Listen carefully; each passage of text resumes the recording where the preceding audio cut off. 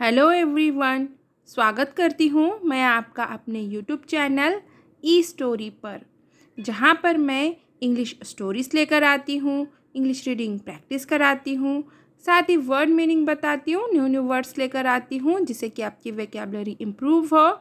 साथ ही मैं ट्रांसलेट करके बताती हूँ स्टोरी को हिंदी में, जिससे कि आपको स्टोरी अच्छे से समझ में आए। तो चलिए अब हम हमारी स्टोरी को स्टार्ट करते हैं। इस कहानी का नाम है fear of the lion and the elephant. Fear डर, ऑफ काकी के, लायन एंड द एलिफेंट शेर और हाथी। Fear of the lion and the elephant, शेर और हाथी का डर। वंस अपॉन अ टाइम, एक समय की बात है, ये एक फ्रेज है। A discussion was going on between a lion, the king of the forest, and his friend elephant, who was the inhabitant of the same forest. A discussion यानी कि चर्चा या फिर बातचीत, was going on चल रही थी या फिर हो रही थी, on between बीच में, a lion the king of the forest जंगल के राजा शेर, एंड हीज फ्रेंड और उसके मित्र एलिफेंट हाथी। A discussion was going on between a lion the king of the forest and his friend elephant. जंगल का राजा शेर और उसके मित्र एलिफेंट के बीच में चर्चा या फिर बातचीत चल रही थी। Who was the inhabitant of the same forest? Who जो, inhabitant निवासी यानी फिर रहने वाले, of काकी के, same forest उसी जंगल। Who was the inhabitant of the same forest जो उसी जंगल के निवासी थे या फिर उसी जंगल के रहने वाले थे।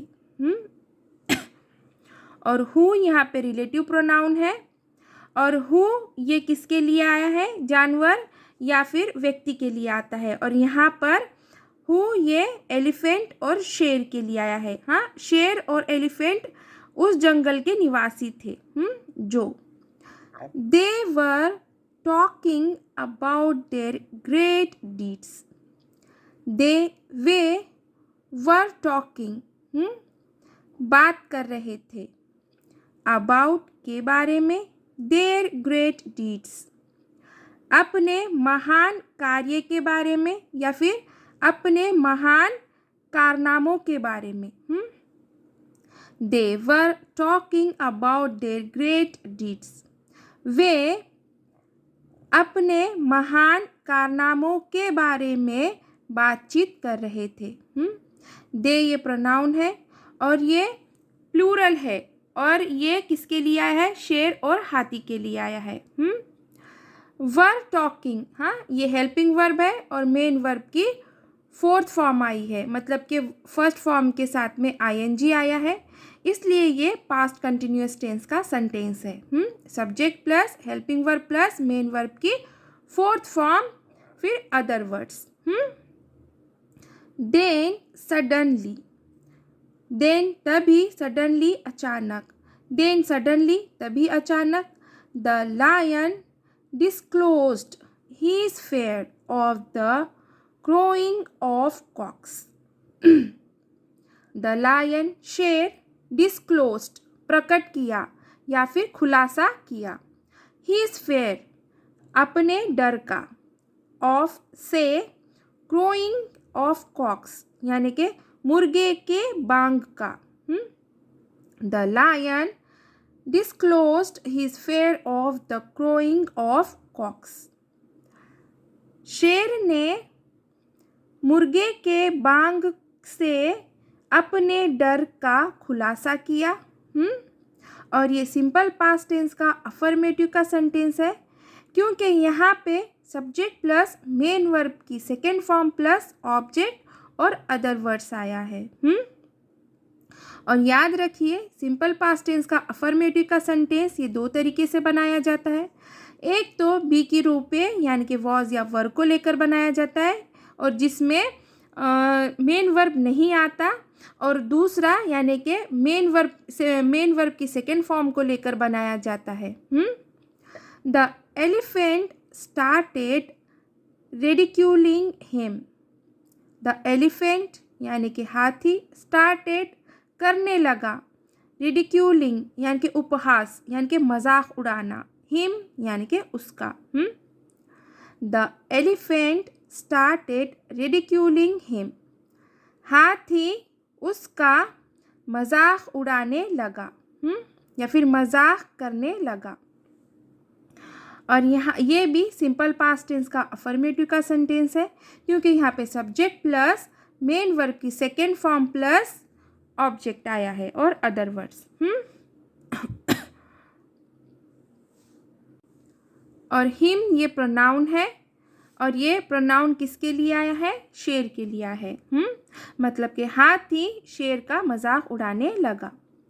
जस्ट देन, फिर तभी, अ small mosquito started circling around the elephants years, making him restless and anxious. A small mosquito, छोटा मच्छर, स्टार्टेड सर्कलिंग अराउंड, चारों ओर चक्कर लगाने लगा, या फिर चारों ओर घूमने लगा। द एलिफेंट्स ईयर्स, हाथी के कान के पास। हाथी के साथ में जो एस एपोस्ट्रोफी आया है, इसका मतलब काकी के होगा। हाथी के कान के पास। मेकिंग हिम, हिम यानी कि उसे, रेस्टलेस यानी कि बेचैन कर दिया, एंड और एंग्शियस यानी कि चिंतित कर दिया।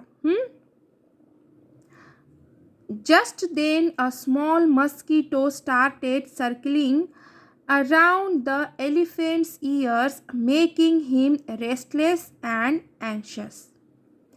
फिर तभी छोटा मच्छर हाथी के कानों के इर्द गिर्द या फिर चारों ओर चक्कर लगाने लगा, उसे बेचैन और चिंतित कर दिया। हिम ये प्रोनाउन है और ये हाथी के लिए आया है। और ये सिंपल पास्ट टेंस का अफर्मेटिव का सेंटेंस है, क्योंकि यहाँ पे सब्जेक्ट प्लस मेन वर्ब की सेकेंड फॉर्म आई है और other words. The elephant was really scared of its humming that made him perplexed.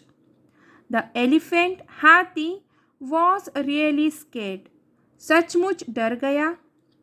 It's humming उसकी गुंजन, उसकी बिनबिनाहट, दैट जो, मेड हिम उसे बनाती, परप्लेक्स्ड भ्रमित या फिर पागल। The elephant was really scared of its humming that made him perplexed. हाथी सचमुच डर गया, उसकी गुंजन या फिर उसकी भिनभिनाहट जो उसे पागल बनाती। वो जो हाथी था वो सचमुच डर गया था, और ये प्रोनाउन है, और ये किसके लिए आया है? उस मच्छर के लिए आया है। जो मच्छर की भिनभिनाहट थी, जो उसे क्या करती थी, हाथी को क्या करती थी, ये प्रोनाउन है, और ये किसके लिए आया? हाथी के लिए आया। हाथी को क्या करती थी? पागल बनाती थी। और दैट ये क्या है? रिलेटिव प्रोनाउन है, और ये किसके लिए आया है? उस भिनभिनाहट के लिए आया है। इट्स हमिंग दैट, उसकी भिनभिनाहट जो उसे पागल बनाती। Now it was the turn of the lion to be amused at the elephant's action. Now अब, टर्न बारी थी, ऑफ द लायन हाँ, शेर की। बी अम्यूज्ड, खुश होने की। बी किस लिए आता है? होने के लिए आता है। अम्यूज्ड यानी कि खुश। एलिफेंट्स एक्शन यानी कि हाथी की हरकत, या फिर हाथी का कार्य। एपोस्ट्रोफी एस आया है इसलिए काकी के होगा। Now it was the turn of the lion to be amused at the elephant's action. अब हाथी के हरकत पर शेर के खुश होने की बारी थी। अब देखेंगे हम moral of the story. Sometime our fear is baseless. Sometime कभी कभी, आर हमारी, फेयर यानी के डर, इज बेसलेस यानी के बिन कामी का या फिर निराधार। Sometime our fear is baseless, कभी कभी हमारा डर निराधार होता है या फिर बेकार होता है। तो चलिए यहीं पे हमारी स्टोरी ख़त्म होती है। आशा है कि मेरी स्टोरी आपको ज़रूर पसंद आई होगी। अगर मेरी स्टोरी आपको पसंद आई है तो प्लीज़ इसे लाइक ज़रूर कीजिए, शेयर कीजिए, कमेंट कीजिए, प्लीज़ हाइप ज़रूर कीजिए, और न्यू है चैनल पर तो प्लीज़ सब्सक्राइब ज़रूर कीजिए। Thank you for watching.